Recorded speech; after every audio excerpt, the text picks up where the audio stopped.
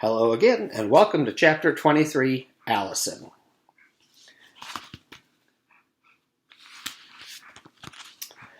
Allison had pretty blonde hair and always wore a sky blue windbreaker. Her windbreaker was the same color as her eyes. She was best friends with Rondi. Rondi had blonde hair too, but she was missing her two front teeth.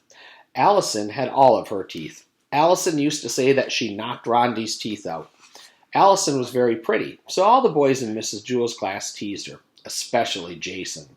But Allison would say, "Leave me alone or I'll knock out your teeth like I did Rondi's," and the boys didn't bother her after that. One day, Allison brought a tangerine for lunch. She took the peel off in one piece. Miss Mush, the lunch teacher, walked up to her. "Allison, may I have your tangerine?" she asked. Miss Mush always gave food to the children, so Allison was happy to give her tangerine to Miss Mush. Miss Mush shoved it in her mouth and swallowed it in less than 4 seconds. Allison left the lunchroom and walked down to the library. The lunchroom was on the 15th story. The library was on the 7th.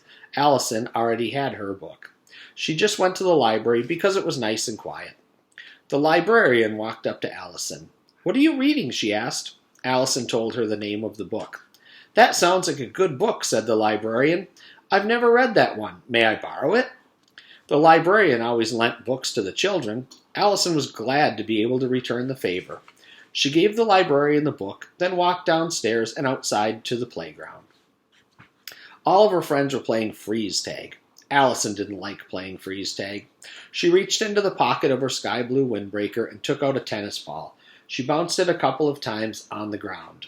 Lewis came up to her. "Hi, Allison," he said. "May I play with your tennis ball?"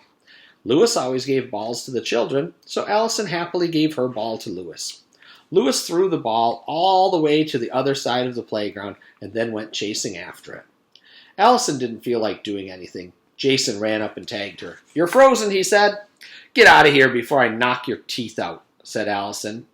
Jason shrugged his shoulders and left. Allison went back inside, up the 30 flights of stairs to Mrs. Jewell's room. The lunch period wasn't over yet, but Allison didn't feel like doing anything else. She had given her food to the lunch teacher, her book to the librarian, and her ball to the yard teacher. She went inside the classroom. Mrs. Jewell's was there. "Oh, Allison, I'm glad you're here," said Mrs. Jewell's. "I'm having trouble with an arithmetic problem. Maybe you can help." "Sure," said Allison. Mrs. Jewell's always helped the children with their problems. Allison was happy to help. "How do you spell chair?" asked Mrs. Jewell's. "Chair," said Allison. "Yes, that's right," said Mrs. Jewell's. "I knew it wasn't Chare, but I couldn't remember what it was." "That's not an arithmetic problem," said Allison. "That's spelling." "Yes, you're right again," said Mrs. Jewell's. "I always get the two mixed up." The bell rang. The lunch period was over. Allison could hear the other children running up the stairs. "Allison," said Mrs. Jewell's, "you learned a very important secret today, and I don't want you to tell any of the other children, not even Rondi." "What was that?" asked Allison. She didn't even know she had learned a secret. She loved secrets. "You learned that children are really smarter than their teachers," said Mrs. Jewell's. "Oh, that's no secret," said Allison. "Everybody knows that."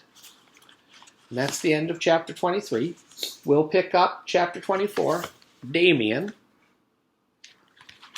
in just a minute.